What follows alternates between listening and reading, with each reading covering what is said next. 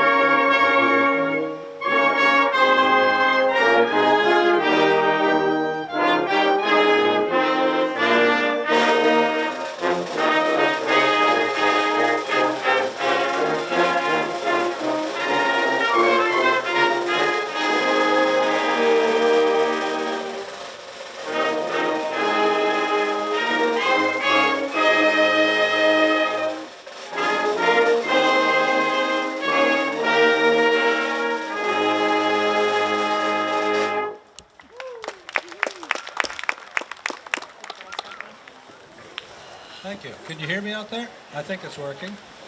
Okay. We're going to open up. It's Luke. Luke, use the Force. Okay, we're going to open our concert tonight with a piece called The New Corn Palace. I don't know when the old Corn Palace was built, but shortly after the new one was built, maybe the first time, my wife and brother-in-law and I were out there to Mitchell, I think, South Dakota. It was really, thank you, it was really impressive. By Carl King, a rather difficult, really fun march called The New Corn Palace.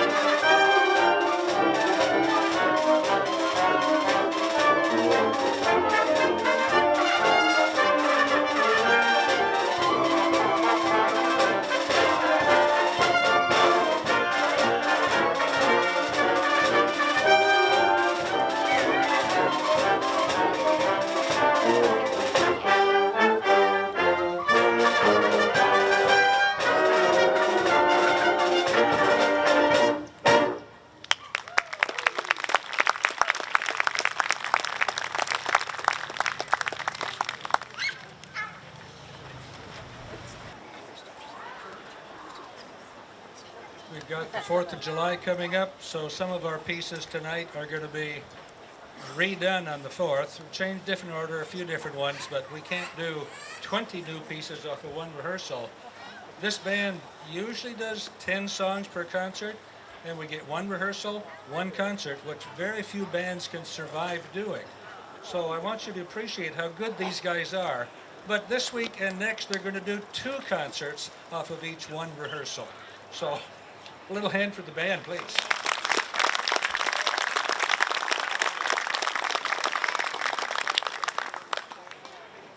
We're going to continue with America the Beautiful.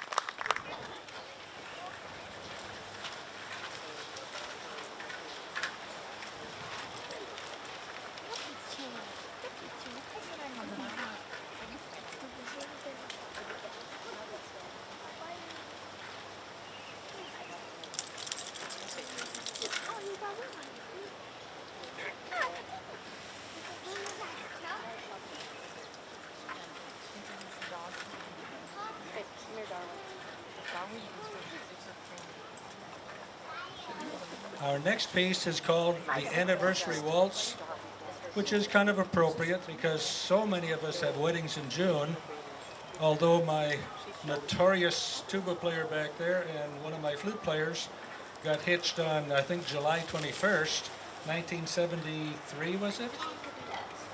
A couple of years back. And my sainted wife and I had our 47th on Tuesday. And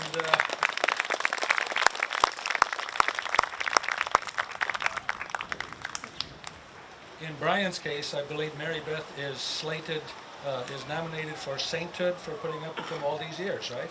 Correct. That is correct. They're confirmed by the band. We're going to have Mr. Ben Orand sing for you some of the anniversary waltz, and this August will be his,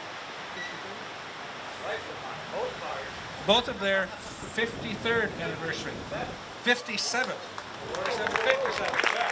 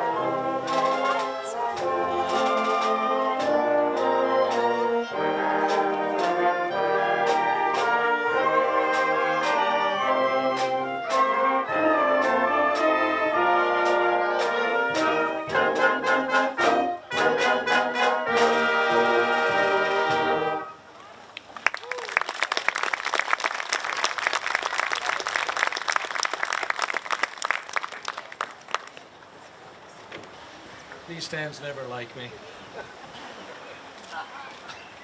Anyway, a lot of our great music nowadays is written by people who are writing for movies, and I've often noticed that some of what seems to me the great symphonic pieces are actually music scores for musicals and movies and things like that. That's not a new thing. A lot of the greatest operas were exactly popular entertainment. They were the same thing in the day that they were written that movies are for us nowadays.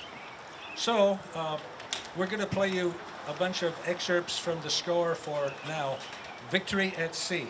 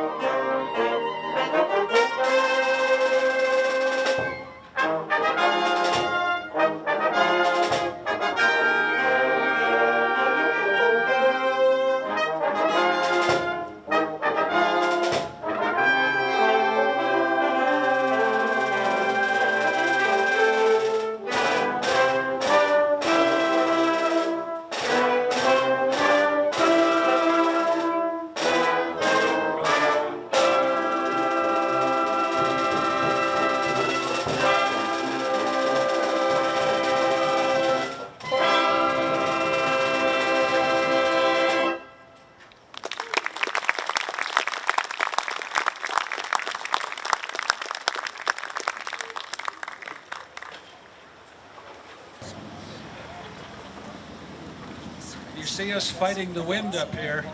Some of our great stories have been about that. You know, typically when you got a really big solo coming, that's when your music will disappear across the street somewhere or go right into the lake. And you got to just do it by memory, although you weren't supposed to have to memorize it. You know, that happens. We're getting a lot of that up here today. Speaking of great musical minds who do things for movies, this might be heresy, but it kind of seems to me like part of the success of the Star Wars series was because John Williams wrote all the music. Yeah. Small part, says somebody back there. Okay. But he's written a lot of music for a lot of movies, and the one we're going to do for you now is a little more typical for us. We like to do marches. By John Williams, we're going to give you the Midway March.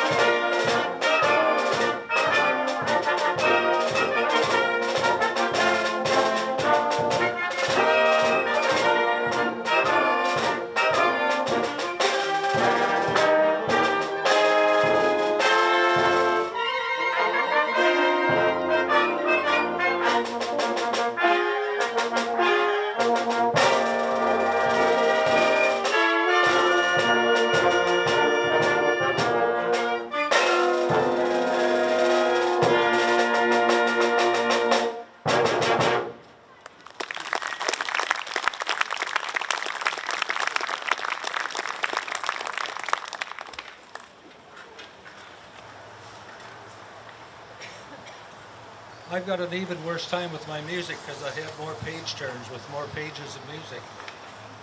Not that it's any easier with your clarinet part when the part disappears, but anyway, I get more page turning and catching of the music to do. You see a sign over there. It's a poster. It was an actual World War II poster framed by Brian and Mary Beth Johnson, our tuba and flute player in the band here. And that has to do with the story.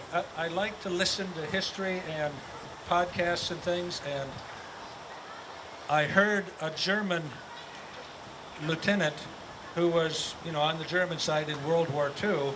He was commenting when his group overran a U.S. base one time. He got in there and he practically dropped his gun. His mouth fell open. He could not believe the amount of supplies that this small American unit had. He's like, we were starving to death. They had more food than all of the guys there could eat in 2 months. And then I went over to the kitchen and I saw a fresh baked chocolate cake. And I knew for sure we were going to lose the war. Supply is something the U.S. Army's always been good about. And that poster was a propaganda poster in the good sense. Plant a victory garden, make more food, support the troops. It worked. So we're going to play you a piece that's not at all serious, but it's called Victory Garden, and I hope you enjoy it.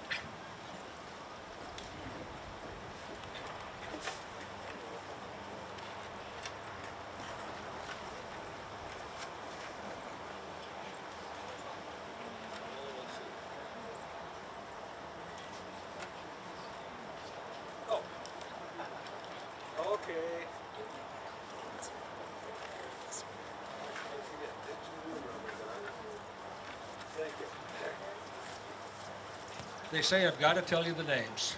It's Dance of the Rhubarb, Boogie Woogie Broccoli, and Carrot Capers.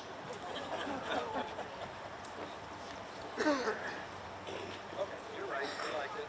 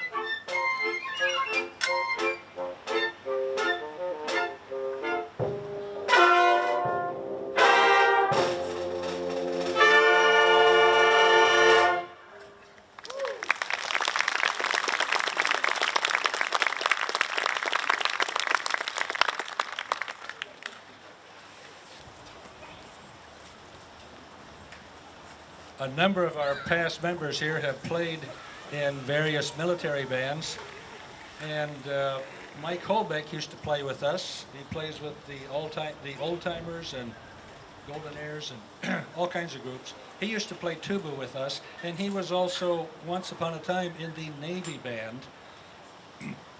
And a lot of our members like to go to things like Marine band concerts, Army band concerts, whatever.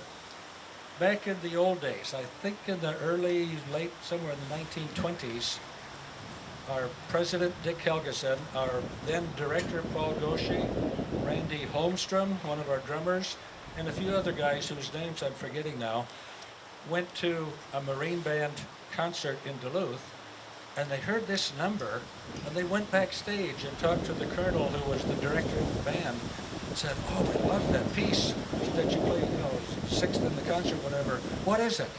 He says, "Well, that's the March of the Women Marines. Nobody has it, but I'll send you a copy." So since the late 1920s, Two Harbors has been one of the few bands in the country. Now that it's digital, it's getting around, more people have it.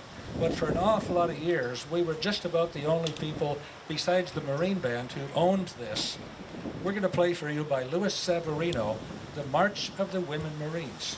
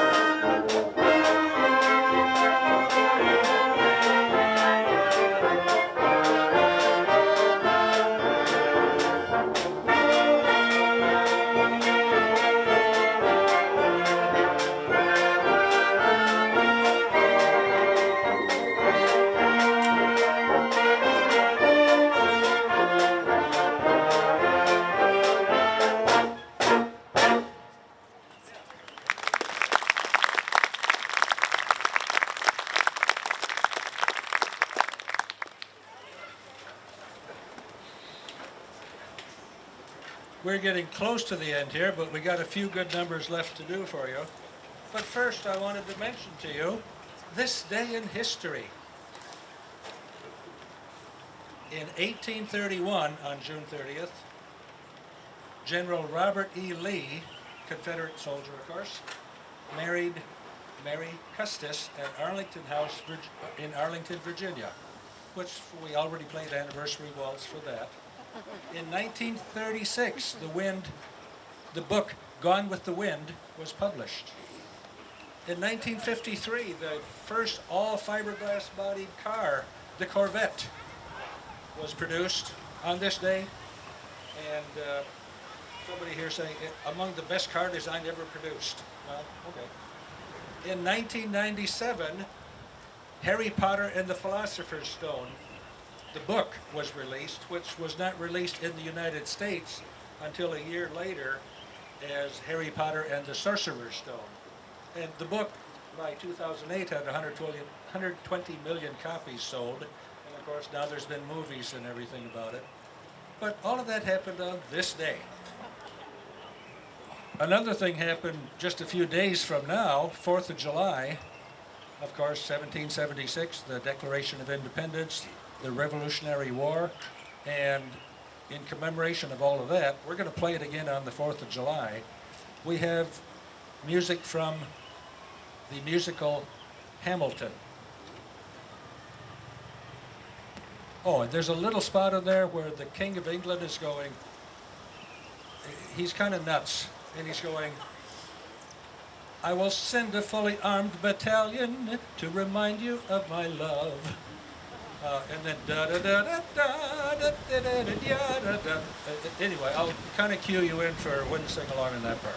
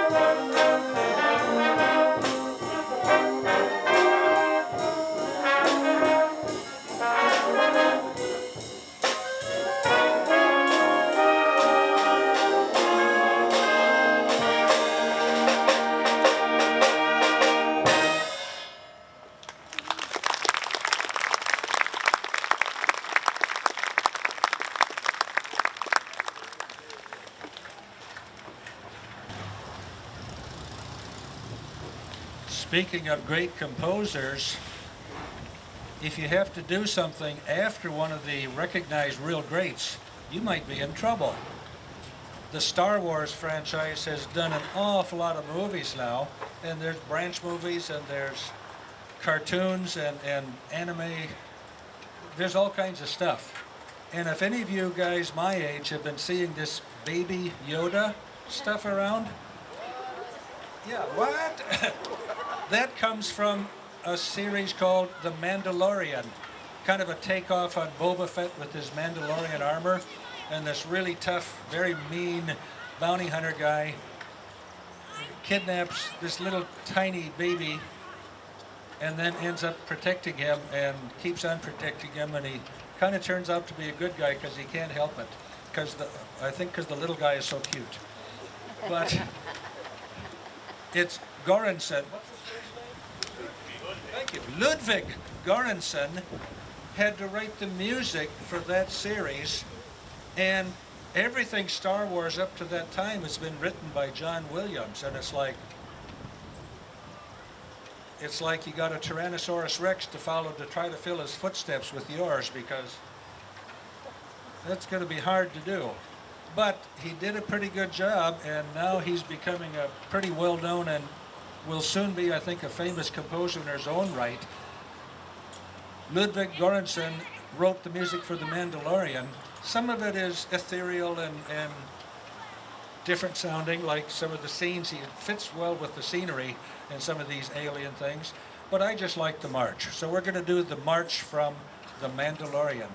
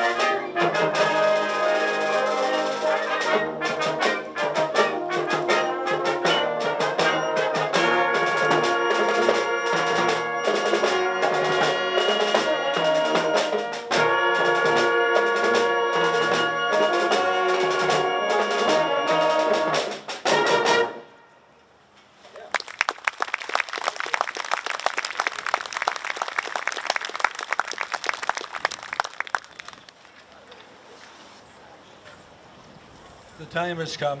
How am I doing on time? Oh, I've got just a little over an hour. I kind of like to do that. We won't ever go 2 hours. But the band is like, right, you won't survive it. Okay, we have, there's a few pieces of music that are known all over the world. I myself like the Hallelujah Chorus. It's one of the English pieces that people in every language can sing in English, just a great piece of music. And there's a march that is played really, really well in Japan, in Spain, in Portugal, in Brazil. It's like they all know it. And we got to get really good just to keep up with the rest of the world on our march. But we'll close the program tonight by John Philip Sousa, The Stars and Stripes Forever.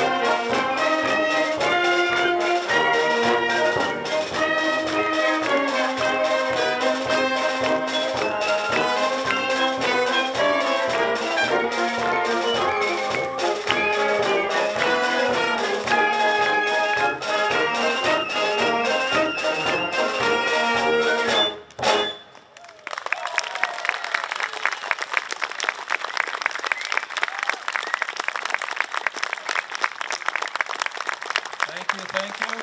I almost forgot to mention, we have the community partners over there, which gives aid and helping people stay at home for ages 60 and up. They're right over there. And many, many, many thanks. It seems like part of the reason we get better audiences than bigger, more high-class bands, we have free ice cream. Thank you to the Federal Credit Union for providing that tonight. And we're going to be here same time, same place on the 4th of July Monday night, and then we'll be again next Thursday. Thank you for coming.